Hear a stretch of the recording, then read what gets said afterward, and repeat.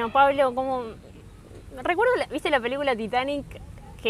Donde dice, han pasado 84 años, Sí. han pasado 12 años.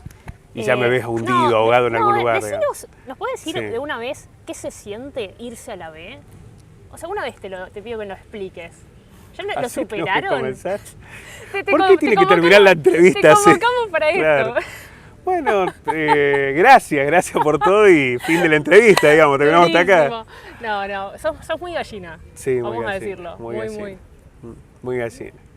Sí, es una de las cosas por la que me puedo poner Por muy la que feliz sufrís. o me puedo largar a llorar como un niño de 3 años, digamos. En esos términos, me puedo largar a llorar.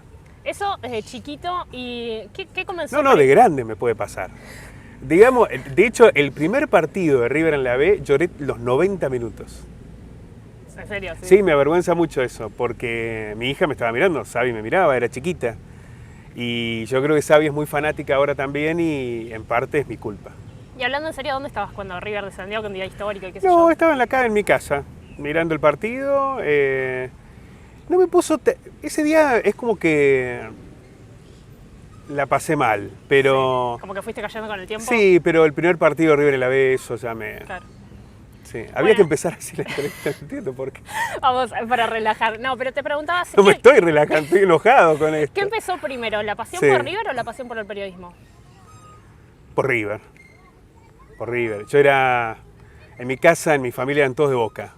Mirá. Y yo me hice de River por mi tío y me hice muy fanático. Sí, muy fanático de River. Y el periodismo empieza a través del periodismo deportivo. Claro. Yo era también chico y me gustaba escribir, agarraba los libros, los cuadernos. El gráfico, el olé. Sí, el gráfico era la Biblia. Claro. Sí. Y agarraba los cuadernos y iba haciendo crónicas y dibujos y sí. ¿Y siempre tuviste claro, en la secundaria, por ejemplo, estudiar periodismo, algo relacionado a eso? Sí, yo siempre sentí que iba a ser periodista. Cuando era más chico quería ser médico, Mirá. muy chiquito, pero siempre sentí que iba a ser periodista. Sí, iba a ser periodista. ¿Y cuando te inscribiste, dónde estudiaste y cómo fue el arranque de la carrera? Que, por ejemplo, acá en Río Cuarto, que es comunicación, es una cosa más amplia, por ahí no está tan claro. Sí. En realidad yo quería hacer periodismo y la posibilidad que me daba la Universidad de Río Cuarto era hacer la licenciatura en comunicación en general, que a mí me pareció que estaba bueno, no es que me lo replanteaba. Al contrario, me parecía que estaba bueno poder sumar a mi formación periodística la cuestión desde la fotografía, la televisión, la gráfica, el contenido teórico. Era una carrera que a mí me formó en muchos aspectos. Las teorías comunicacionales, me pareció que estaba muy bueno. No me arrepiento de no haberme ido a ponerle la plata. Me gustó haberlo hecho en Río Cuarto, amo la universidad, Porque vos no naciste en es Río mi lugar Cuarto. en el mundo. No, yo nací en San Rafael, en Mendoza. Claro. Y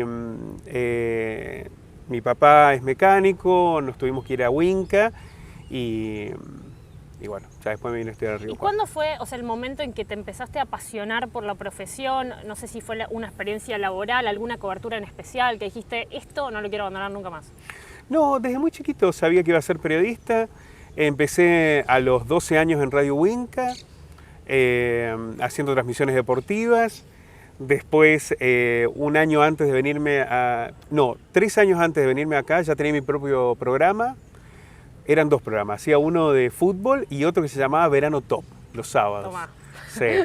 Que arrancó en un verano, naturalmente, Verano Top, y pues lo hice durante todo el año, que era un sábado que sorteábamos entradas de boliche. ¿Lo hacías solo o con compañeros? No, lo hacíamos con quien era mi novia entonces. Mirá. Y 2 amigos más y sorteábamos entradas de los boliches, era una cosa media tinelesca. Sí. Por suerte creo por el espectáculo, una cosa Sí, así. por suerte no hay registro, se borró todo lo que no se borró lo quemamos, creo que hicimos todo lo correcto para que no queden registros. ¿Y la primera gran experiencia laboral o lo primero que te marcó, digamos, qué fue? No, en el periodismo me marcaron muchas cosas. En la primera cobertura, me acuerdo cuando estaba haciendo la práctica profesional que Guillermo me mandó a hacer la primera nota, Guillermo Jeremía. Yo estaba haciendo una práctica, era la 1 de la mañana, me llaman por teléfono del canal, tenés que ir a cubrir. Llegamos, en ese tiempo, llegábamos antes que la policía, que los bomberos, que la ambulancia, que todo. La gente, antes de llamar a cualquier lado, ya nos llamaba a nosotros. Claro. Llegué ahí en la zona del río, habían matado una chica, 14 años. Y esa cobertura me marcó mucho porque yo veía el cuerpo de la niña, estábamos en la zona del río todavía no se había hecho el traslado del barrio hacia las 400 viviendas y hacia el barrio Mujica. Y me sorprendió que había chicos jugando al lado, que había muchas personas mirando como si fuese una cuestión, como si fuese esa muerte un espectáculo. Y entonces me marcó definitivamente porque empecé a entender los hechos más allá de lo que yo conocía hasta entonces. ¿Qué conocía yo hasta entonces? ¿Una crónica policial o el recuadro que te muestra la televisión? Sí, sí. Y cuando yo estaba ahí veía todo. ¿Eso en qué año más o menos? Y yo tenía 20 años. Hace un montón. Esa parte se corta, no sale, digamos. Pero digo, ¿qué percepción había del periodismo en esa época que vos me estás contando, hace unos años ya, de lo que la sociedad, digamos, era más creíble? ¿Qué tipo de periodismo había ahora? Estaba más sacralizado. Claro. El periodismo vos llegabas al lugar y eras mucho más respetado que la autoridad policial, que la autoridad judicial. Eso se fue perdiendo con el tiempo. Pero sobre todo en sectores donde la institucionalidad los reprimía, los desbordaba, los asfixiaba, los agobiaba, el periodismo era un salvavidas. ¿Me entendés? Sí. Eran lugares donde los políticos no llegaban tarde, donde los jueces cuando llegaban era para llevarse preso un hijo, donde la policía iba a reprimir. Y nosotros íbamos a contarles, a darles voz. ¿Y hoy ya no es así? Yo creo que no, eso se perdió muchísimo. Se perdió por dos razones, porque se hace peor periodismo y porque en los barrios se dieron cuenta que hacemos peor periodismo y que estamos más cerca de las voces oficiales que de la gente. ¿Eso por qué crees? ¿Cómo se llevó eso? Porque yo creo que tiene que ver fundamentalmente el negocio periodístico. En aquel momento importaba que la gente te viera y que vos tuvieras un compromiso con la gente, porque si vos tenías un compromiso con la gente y la gente te veía, eso te permitía vender publicidad. Okay. Hoy es al revés. Hoy la mayoría de los medios dependen de la publicidad del Estado, fundamentalmente del Estado, pero además de la complicidad con las grandes empresas comerciales y demás. Y eso la gente se fue dando cuenta y dejó de sacralizarnos, y dejó de creernos, y dejó de confiar en nosotros. Y esa es una reconstrucción compleja, porque yo creo que los medios no son lo mismo que los periodistas. Yo creo que hay periodistas que resisten esa situación. Pero la gente entiende ha entendido cuál es el negocio, y eso los ha alejado. ¿Pero eso crees que hubo un momento histórico en que, o qué factores le atribuís a ese cambio, digamos? ¿Una cuestión política en algún momento? ¿O por qué? Yo creo que no fue un cambio abrupto, pero no nos dimos cuenta de ese cambio, o nos fuimos dando cuenta sin encontrar mecanismos de resistencia, porque a la par de eso se fue dando una precarización de las condiciones laborales. Claro. Nos fueron precarizando, hoy tenemos peores sueldos, peores condiciones. Entonces el temor a perder el laburo, el temor, sobre todo en los más pibes, cuando no tenés tanta espalda, claro, te va quitando esa fortaleza. Y el producto periodístico. O sea, obviamente, hoy se hace un muy mal periodismo, en general se hace mal periodismo, en todos los ámbitos, en lo radial, en lo televisivo, en lo gráfico. Es muy malo el periodismo que se hace. Y que no tiene nada que ver con el periodismo que hacíamos en aquel momento, donde había un compromiso mucho más fuerte con la realidad y con los problemas de la gente. Y otra cobertura, a ver, contame alguna anécdota así como particular, no sé si necesariamente graciosa, pero alguna cobertura también fuerte. El caso de Almazo, que es como emblema en Río Cuarto, vos lo comenzaste desde que arrancó. Yo digo mira, que esa no es el caso de Almazo, sí, pero nosotros en esto de estar siempre, seguíamos la sirena de los bomberos. Si había una cosa así, o la policía, siempre teníamos un datero, alguien que nos pasaba un dato. Llegamos acá a la zona también del río, pero ya se había hecho la relocalización. Llegamos, nos dicen, mira, van a detener a un tranza, si les interesa, vamos a tener el momento de la detención. Estábamos con el flaco, con el Walter. Bueno, llegamos, era una paz, un domingo, un martes, un lunes o martes era comienzo de semana. Pero una tranquilidad, pasaban los chicos jugando, qué sé yo, río, una cosa hermosa. Bueno, nos quedamos ahí y en un momento vemos que empieza a llegar infantería, policía, y se colma todo. Y se hace un silencio nervioso. La gente se mete adentro y nosotros estábamos con el flaco en la vereda. ¿Eran los únicos que estaban ahí? Éramos los únicos, estaba el flaco filmando y yo ahí. Y vemos que empieza a haber un par de corridas detrás de la casa y de golpe, disparos. Pero los disparos... Tranca, claro. Entonces nos agarra un policía, nos cubre, nos pone atrás de un árbol. El flaco se intenta meter en una casa y no lo dejan entrar. Y yo me puse atrás de una casilla de gas y me quedé quietito. Y yo veía que y pegaban los disparos, ahí no eran armas de... Nunca había estado en el medio de un tiroteo, pero además en el medio de un tiroteo con dos cuestiones, indefensión y no saber qué hacer. Ni el flaco ni yo sabíamos qué hacer. O sea, ¿en materia periodística decís? Ni en materia periodística ni en nada, porque nadie está preparado para estar en medio de un tiroteo. Claro, humanamente. Claro, y yo qué sé, que yo en un momento agarré el micrófono y empecé a hablar. Y el flaco no estaba grabando lo que yo decía. Yo decía, estamos en el medio de un tiroteo y acaba de llegar el... ¿Saldré vivo? No sé. Y no sé qué decía. El flaco no estaba... Hasta que el flaco se da cuenta que yo estoy y él empieza a filmar. Y lo que empieza a filmar son movimientos así, por ahí algunas voces y tiros.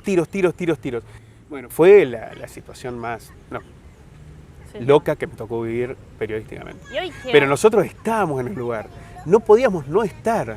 ¿Pero qué onda hoy? ¿Se llega tarde? No sé, ¿hay vagancia periodística? ¿Qué es? ¿Qué pasa? No, hoy a los medios no les interesa la noticia periodística, no les interesa la historia. Nosotros contábamos historias. Eso nos hacía, cometimos muchísimos errores. Errores que hoy serían imperdonables. ¿Como por ejemplo? Ir a hacer una nota en un velorio. Ah, claro. Hoy serían errores. Como nosotros llegamos antes, vos llegabas a un crimen y llegábamos antes. Y a lo mejor cuando llegabas estaba llegando la madre a ver a su hijo muerto. Claro. Y nosotros estábamos ahí, filmando. Claro, por exceso de vocación periodística. Estábamos ahí, nosotros no podíamos no contar la noticia. Y eso hoy sería imposible de hacer. Sí. Pero lo que sucede en los medios de comunicación es que ahora se hace una videollamada, un videíto, te mandan fotos, no se cuentan historias, no hay relatos, no hay compromiso con la verdad, con la noticia. Alcanza con que alguien te diga algo sin saber si ese algo tiene que ver con la verdad. Claro, falta chequeo. No, en aquel momento, yo te digo, por ejemplo, yo no iba nunca en los datos policiales, íbamos a la policía el tercer día, ponele, a buscar una fuente. Tercer día. Porque íbamos a interpelar al jefe de la policía, che, ¿por qué está pasando esto? Sí. Pero los dos primeros días ni hablábamos con un funcionario oficial, hablábamos con la gente. Hoy es mucho el parte policial. Hoy es eso, sí. ¿Cómo interviene lo digital también, no? Digamos, esto de las redes, o vos cómo lo llevás, la inmediatez, que todo pasa rápido, lo que es hoy es noticia, ya mañana se deja de hablar. Eso no mejoró el periodismo, esa es la primera. Claro. Eso no mejoró la actividad periodística, no la mejoró, no hizo que contáramos mejores historias ni que contáramos mejor la noticia. ¿Qué es contarlo primero? Contarlo primero para mí era lo que hacíamos antes, te llamaba la gente, ibas al lugar, lo contabas, se editaba, se armaba y salía. Eso era contarlo primero. Que valga alguien con una fotito, pongan un texto. Sí. ¿Qué estás contando? Sí, tal cual. ¿Qué contamos? A veces decimos, murió una persona en Alberdi. ¿Y qué decimos con eso? ¿Qué historia estamos contando? ¿Qué sabemos de eso? Nada, no sabemos nada. Es el hecho y no la profundización de la... No hay nada detrás de eso. Hoy las redes sociales no mejoraron la actividad periodística. Hay mucha mentira y hay mucha página que roba sistemáticamente material de los otros. Claro. Y por ahí te cita incluso. ¿Pero eso qué significa? Sí. Obviamente, alguna noticia vos la tenés que rescatar, bueno, estuviste y rescatás la fuente. Me parece genial. Ahora, que una práctica sistemática. Claro, que una página de Facebook, de Instagram, sea robar sistemáticamente lo que otros generan, a mí me parece una... Además la fake news, ¿no? Después, sí, claro, me parece de una pobreza moral tremenda. Ahora, las redes no mejoraron la actividad periodística, pero ¿podemos estar fuera de las redes? No. Claro. Todos tenemos las redes. Es un escenario muy complejo poder darle utilidad a las redes. Es muy complicado. Y sobre todo encontrar elementos útiles en las redes. En general, ¿viste cuando te dicen las redes son democráticas? Las redes no son democráticas. ¿Qué es la democracia? La democracia es que cualquier hombre o cualquier mujer, desde el anonimato que implica un celular, diga cualquier barbaridad. Claro. Eso no es democrático. ¿Y se puede llegar a alguna algún tipo de regularización de redes sociales? Yo creo que es imposible regular. Porque es inmenso, claro, ¿no? No se puede regular las redes sociales. Ahora sí existe la posibilidad de que si alguien agravia a través de las redes sociales tenga un... Pero bueno, siempre que esa persona sea identificable. No todo el tiempo vos tenés identificable a las personas que agreden por redes. Por eso yo jamás respondo un comentario en las redes. Ni siquiera los positivos, no los respondo nunca. Claro. Nunca le respondo. No sé, me parece que no es un lugar en el que uno deba generar un diálogo, las redes sociales. Y en lo periodístico no se puede no estar, claro, pero hay que saber cómo estar. Ahora, hay otro factor clave en el periodismo que juega, y quiero saber cómo, las líneas editoriales, que están, digamos, en todos los medios, pero como se han ido profundizando, se han ido polarizando, no sé, a su vez con la grieta, ¿qué crees que pasa? Yo creo que la línea editorial de la mayoría de los medios es el dinero, es el que pone la pauta. O sea, el que pone sale... El que pone tiene enormes ventajas en la pauta publicitaria. Y después hay una resistencia que es la periodística.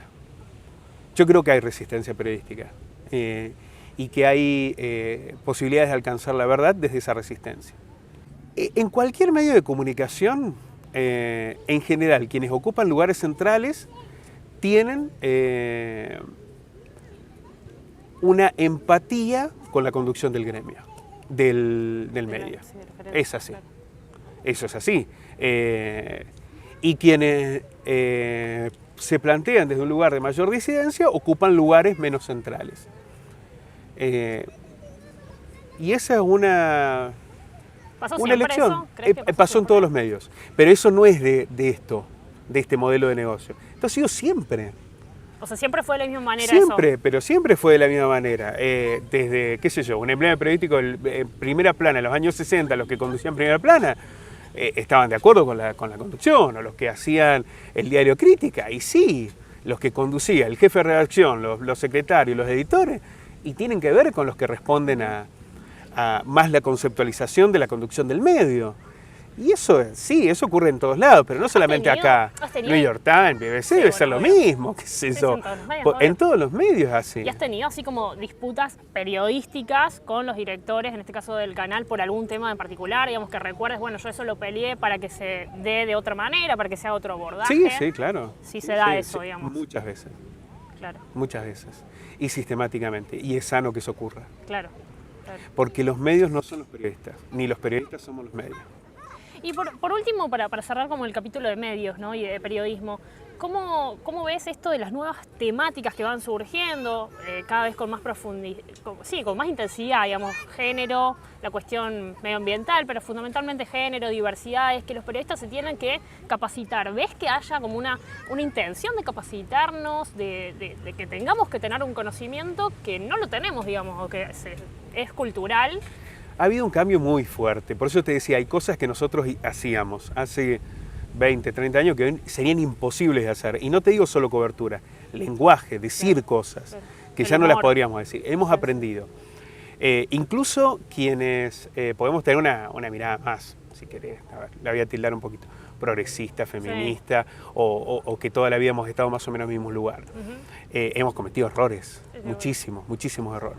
Errores que hoy no podríamos cometer. Es un aprendizaje, yo creo que no hay espacios de formación. Sé que el gremio está haciendo cosas, pero es un aprendizaje, naturalmente que es un aprendizaje, en el que hay algunos que se resisten, mucho, y hay otros que nos sentimos acomplejados de no estar mejor formados. ¿Por qué crees que es esa resistencia? ¿Es por la temática en sí o por esta cosa, bueno, yo soy Porque periodista? no creen ni en el feminismo, no creen en el progresismo, no creen, se sienten interpelados, a veces piensan que están en un estatus superior. ¿No juega esto bueno, yo soy periodista hace tantos años, yo me las sé todas, digamos, como Y también, claro, entonces dicen, no, ¿qué me vas a venir? ¿Qué vos me vas a venir a decir? Claro. Entonces, claro que todo eso existe, naturalmente que existe. Y naturalmente que hay muchos egos en el periodismo, pero también tiene que ver con, además, a ver, cuando vos metés la pata, en general lo que te viene es un reproche, te lo digo, a ver, o sea, es un comentario, pero es una cachetada que te dan, decir, che, loco, ¿qué estás diciendo? Entonces, más con las redes ahora que sale como... Claro, entonces no es fácil del otro lado aceptar inmediatamente el error y decir, la verdad me equivoqué. No es tan fácil, no es tan sencillo. Y estamos mucho más expuestos.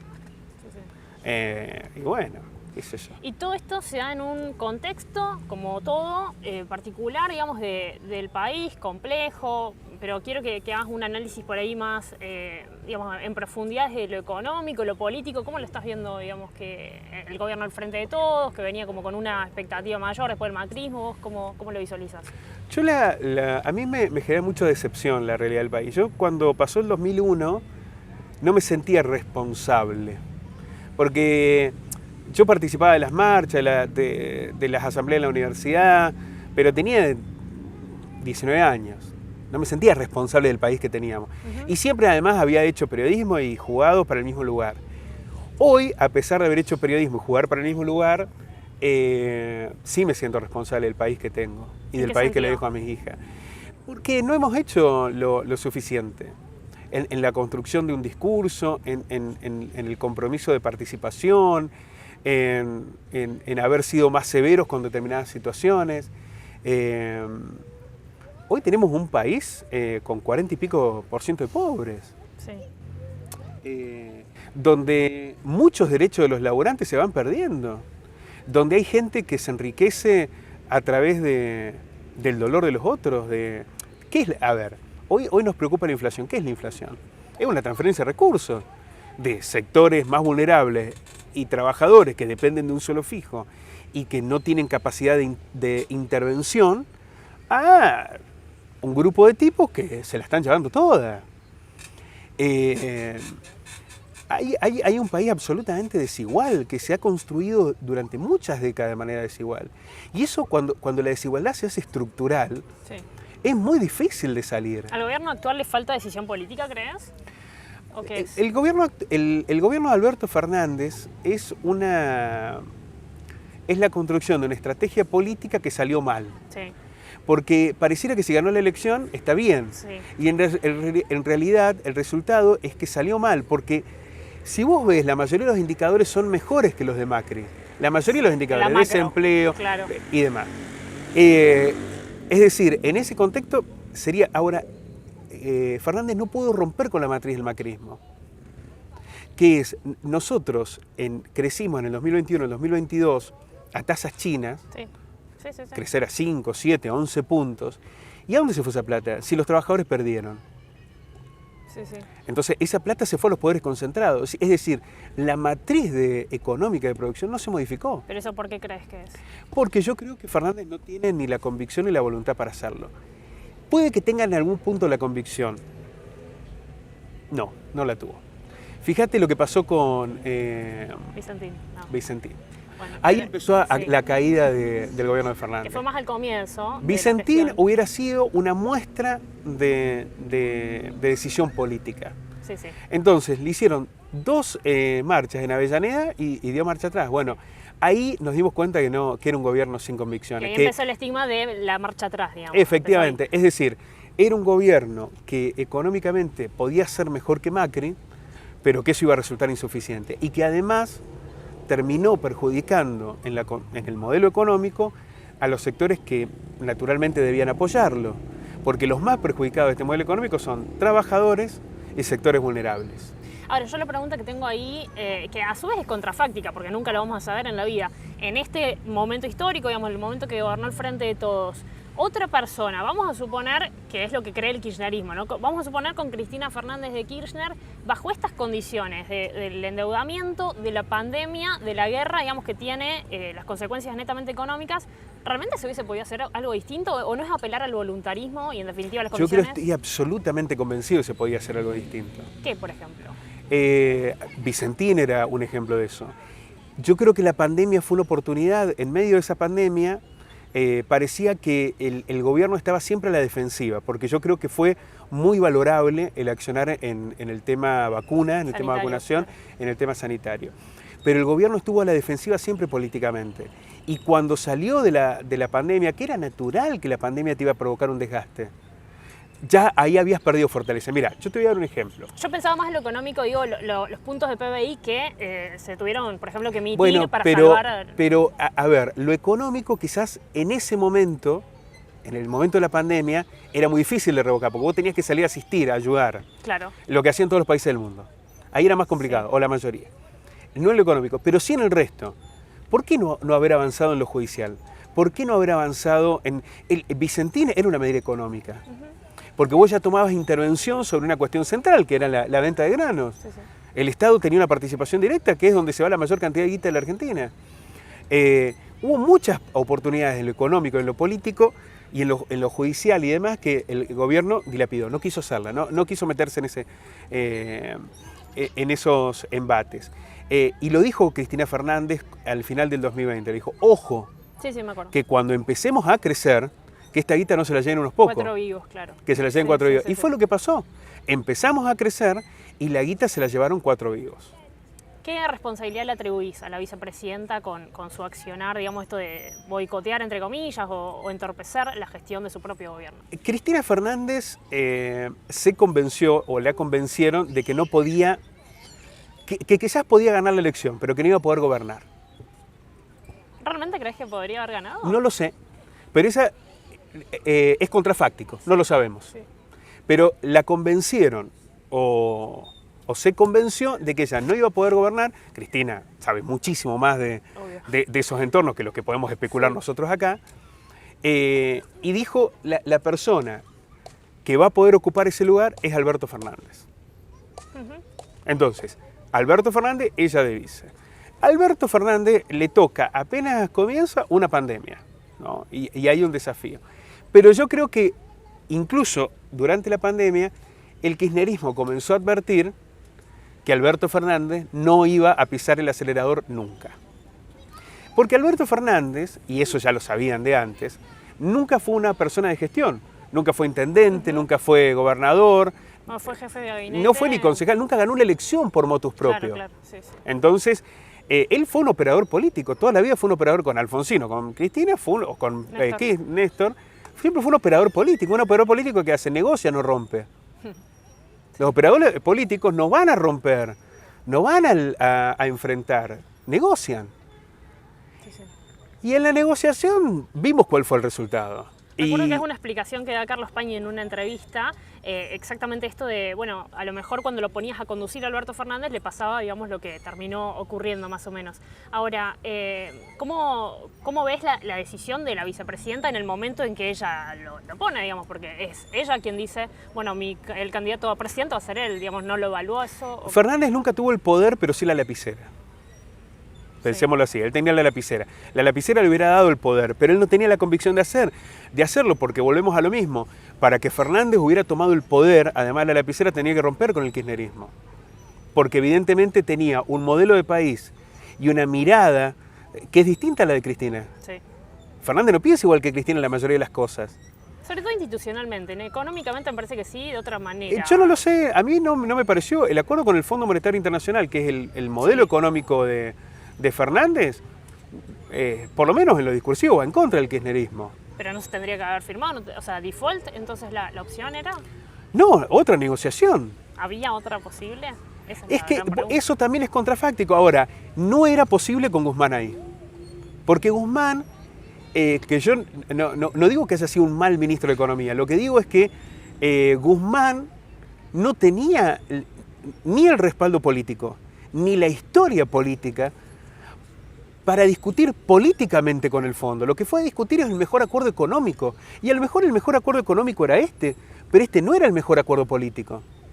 Entonces, si el mejor acuerdo económico es decir, bueno, más o menos la podemos ir llevando. Sí. Ahora, más o menos la podemos ir llevando es salarios más bajos. Obviamente, es el FMI. Es el Fondo Monetario Internacional. Ellos lo vendieron como el mejor acuerdo en el sentido de acá no hay reforma. Lo cual es cierto, no hay reforma laboral, bueno, etcétera, pero eso es relativo, porque la inflación y la modalidad de administración del gasto es también una reforma, porque el salario nuestro vale, perdió 27 puntos en 5 años. Sin duda. Y 7 puntos con Fernández. Ahí tenés el modelo económico. Ahora, el ajuste que está haciendo el ministro Massa, en términos numéricos, es mayor al que estaba haciendo Guzmán. ¿Cómo se explica que el kirchnerismo ahora le esté dando... A mí me parece que se llegó al borde, no había dólares. Cuando se va Guzmán, la inflación se dispara a 7 puntos mensuales. no tenían dólares en la reserva, no había respaldo político, Fernández no tenía respaldo político, le sacaron a su ministro, en realidad el ministro peor, le renunció por Twitter, Sí. entonces era un momento de debilidad política y debilidad económica extrema. Se buscó una salida. Digamos, vos cuando llegás al abismo, a la cornisa, Te o te aferrás a eso. empujan, o te empujan para adelante o te empujan para atrás. Entonces lo que buscaron era que a fin de año no llegaran con el país incendiado. No llegó con el país incendiado. Del otro lado se ve, bueno, digamos, de los dos lados de la grieta, o sea, mucha irracionalidad, hay un bloqueo prácticamente en el Congreso. ¿Qué crees que va a pasar en el 2023? O sea, ¿es cantado que vuelve la oposición, que sería Juntos por el Cambio, o realmente puede tener alguna mínima chance de sostenerse el oficialismo? Yo no, la verdad que no lo sé qué puede pasar en las elecciones. Pero no creo que haya elecciones resueltas, ni mucho menos. No creo que... ¿Está competitivo, decís, el Frente de Todos? Hay un dilema que a mí me preocupa y mucho, que es, hay mucha gente enojada, Sí. decepcionada, y nunca se sabe en dónde terminan esos lugares, esas cosas. Difícilmente al oficialismo, digamos. No lo sé, no lo sé. El oficialismo puede tener 20, 25 puntos, que lo que a las encuestas, Juntos por el Cambio, 20, 25 puntos. Y después tenés mucha gente enojada, mucha gente decepcionada, mucha gente que la está pasando mal desde hace mucho tiempo Sí. y que no encuentra esperanza. No hay un discurso que te lleve a la esperanza. No, o sea, No hay un pareciera que discurso. las salidas son, sobre todo en los jóvenes, como la antipolítica por Milei, la ultraderecha, y después mucha gente estoy escuchando que no van a ir a votar. Bueno, O sea, que se yo no canaliza sé por si ahí. Milei tiene tantos votos. Milei genera un discurso que hoy hasta genera simpatía, que es el de los políticos son todos, ¿no? Sí. Y Milei se agarra de eso cuando en realidad él forma parte de esa estructura, ¿no? Pero genera simpatía el discurso, no sé si genera votos, Claro. no sé, yo no estoy tan Bueno, convencido de eso. llegó al Congreso. Pero con 3 diputados. No sé si esa construcción que nosotros nos hacemos, a veces del microclima Sí. periodístico, Sí, sí, político, es lo que le sucede a la gente. Y Es lo que igualmente, Brasil tuvo un Bolsonaro, Estados Unidos Sí. tuvo un Trump, Italia tuvo un Berlusconi. Pueden pasar muchas cosas, digamos. Muchísimas ¿Pero cosas vos pueden afirmás suceder. que hay una derechización en la sociedad? Argentina. Digamos. Generalmente, cuando hay un gobierno que pregona determinado discurso y le va mal, Sí. el discurso que se contrapone conceptualmente o es más conservador o es más radicalizado, dependiendo de quién esté en el poder. Esté en el poder. Es probable que haya una derechización discursiva.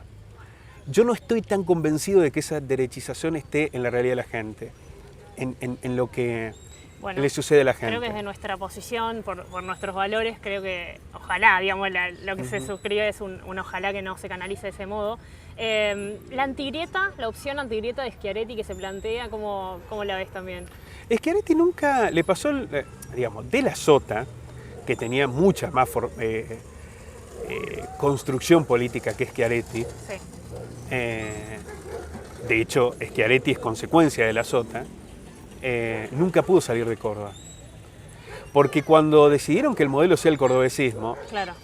y bueno, es el cordobesismo, es acá.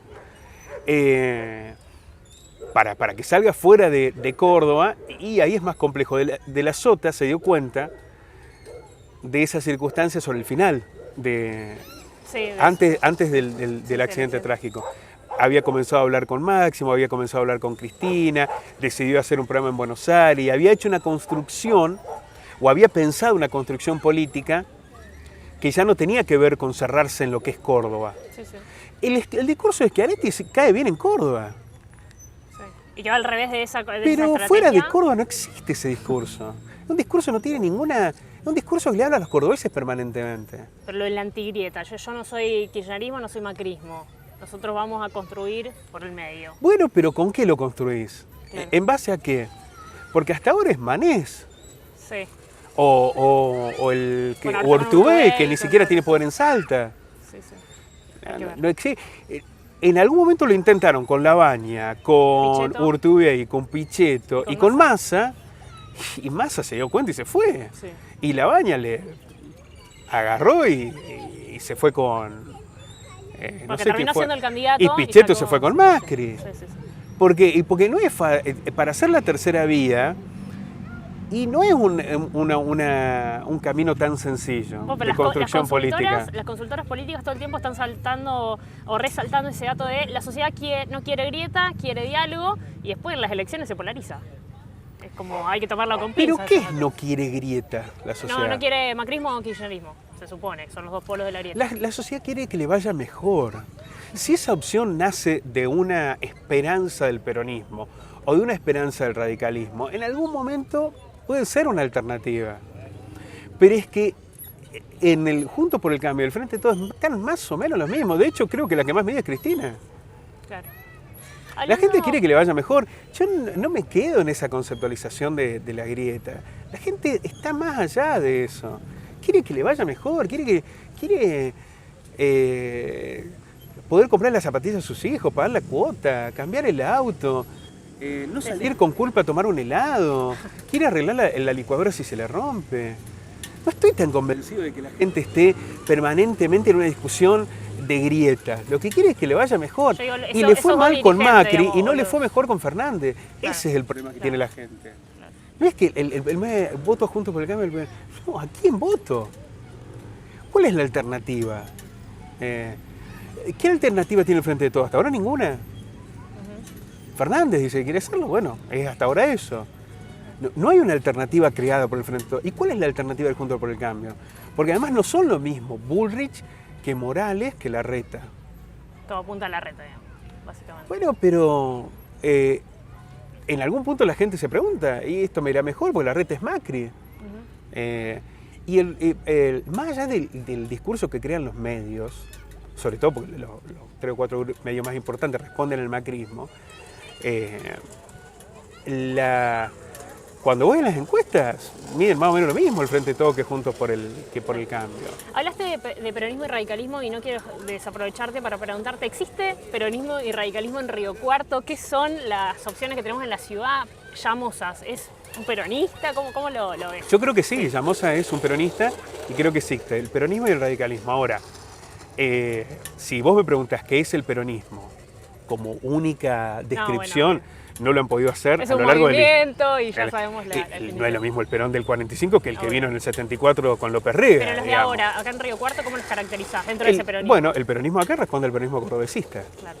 Es la construcción de La Sota, de Schiaretti, y electoralmente no les ha ido mal. Y Llamosas, además, no es el típico peronista, no es un Rollero, discurso. o no es, qué sé yo, Nicola, o no es Muñaini, por decirte los viejos, ¿no? No, Llamosas es... Mira, si en algún momento decían que Rins era el más peronista de los radicales, yo creo que Llamosas es el más radical de los peronistas. Mirá. Porque responde a una conceptualización más riocuartense que peronista o radical.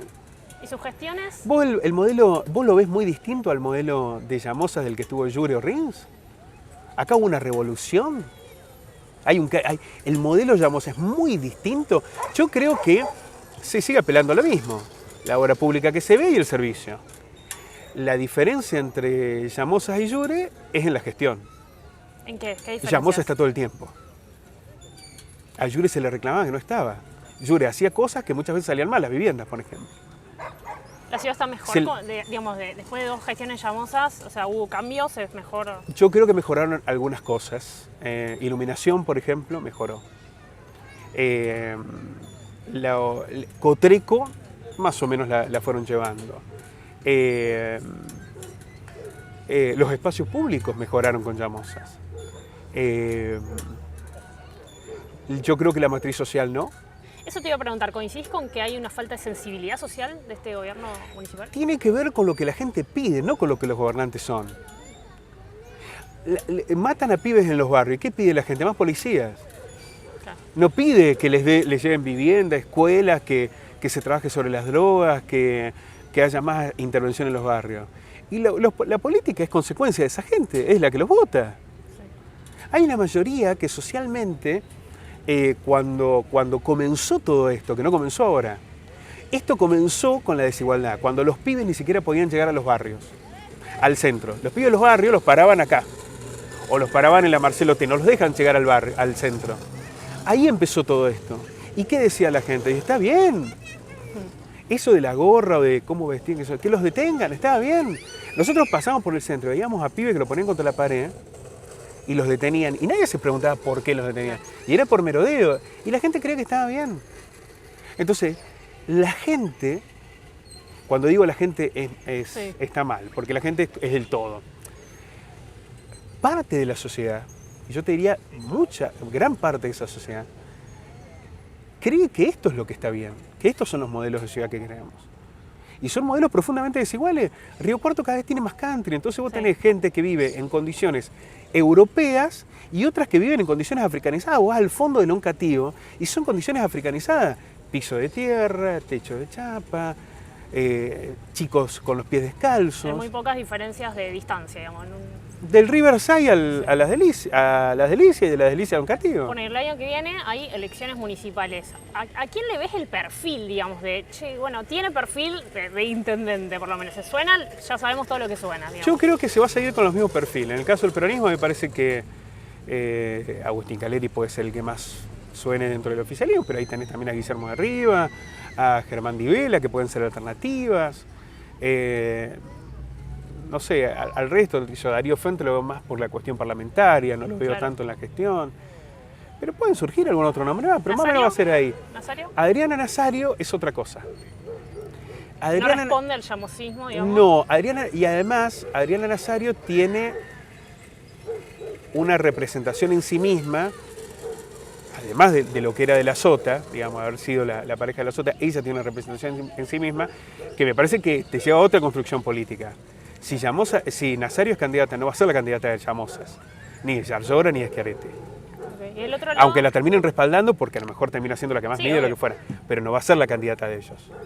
Vamos a ver qué pasa, pero en la otra vereda también hay varios, ¿no? El radicalismo tiene una enorme incertidumbre. Desde Rins a Illure en adelante, nunca tuvo una figura política que tuviera, que no dejara dudas.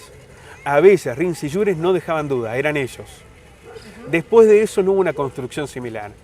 Y vienen de 8 años de peronismo en el poder. Claro. Y además de un peronismo que ya fue reelecto, que tiene vocación de poder y que hace 20 y pico de años gobierna Córdoba. O sea, no es un peronismo improvisado, es otro peronismo. Vos como periodista, que los entrevistás siempre, digamos, estás muy en contacto con los dirigentes de la ciudad. ¿A quién le crees verdaderamente? Que vos decís, che, tengo ganas de escucharlo porque realmente le creo, hasta humanamente. Porque sabemos que tienen todos el cassette, hasta uno ya sabe que va a responder, porque los conocemos, digamos. ¿A quién le crees?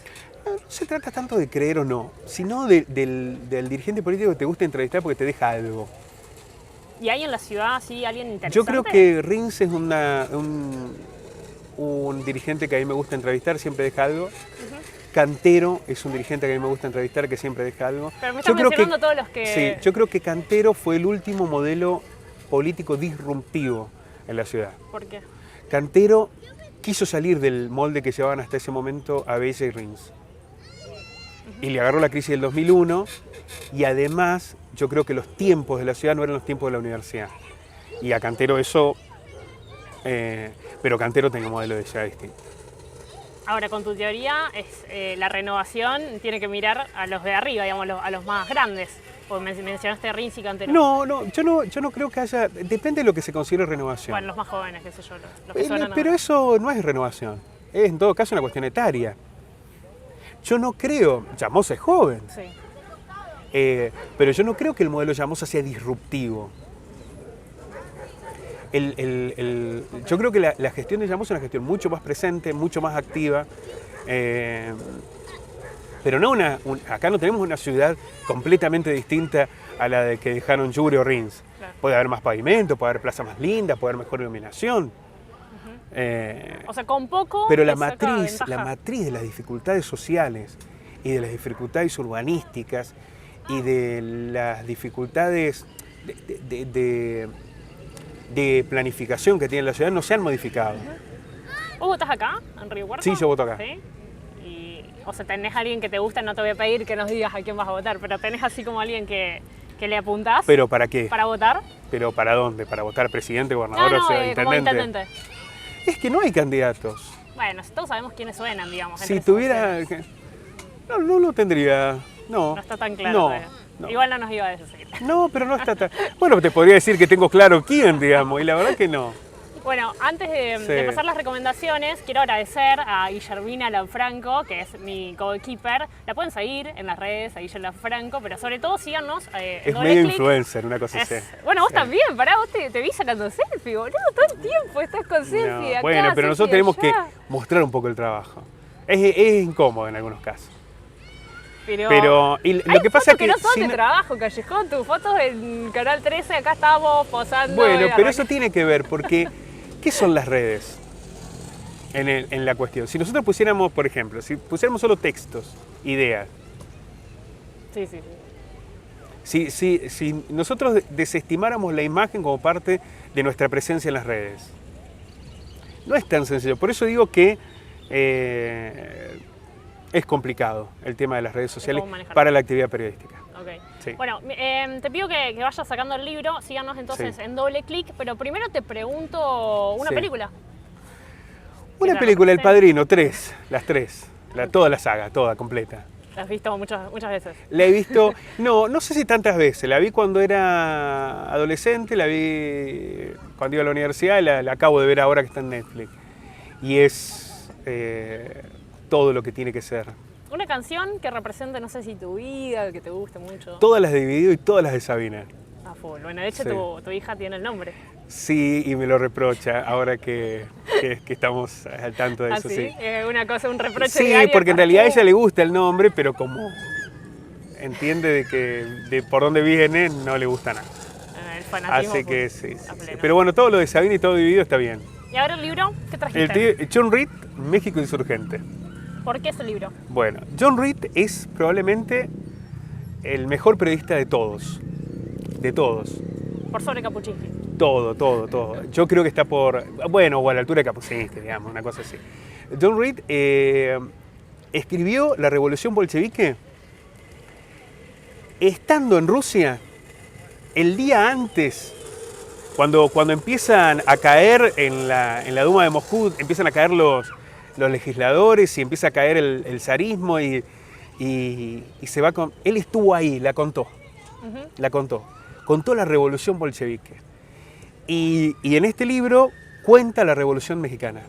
Pero la cuenta estando ahí, Claro. muriéndose de hambre, de sed, esquivando balas. O sea, el tipo hizo 2 libros, la Revolución Bolchevique y la Revolución Zapatista, estando ahí. ¿Vos pensás Contándola- en escribir algún libro? Sí, me gustaría. Sí.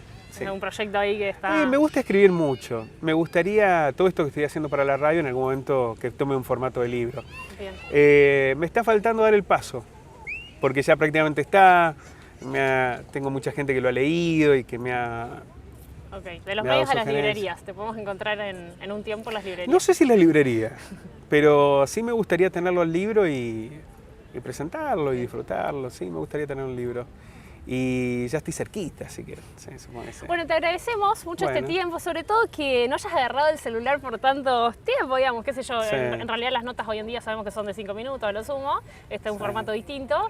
Bien, aguantaste bien. Estuve a punto de irme varias veces, digamos, sobre todo al Sobre todo el comienzo. arranque. Así que bueno, muchas sí. gracias. ¿La pasaste bien? Sí, la pasé. Bueno, te La pasé muy agradecemos.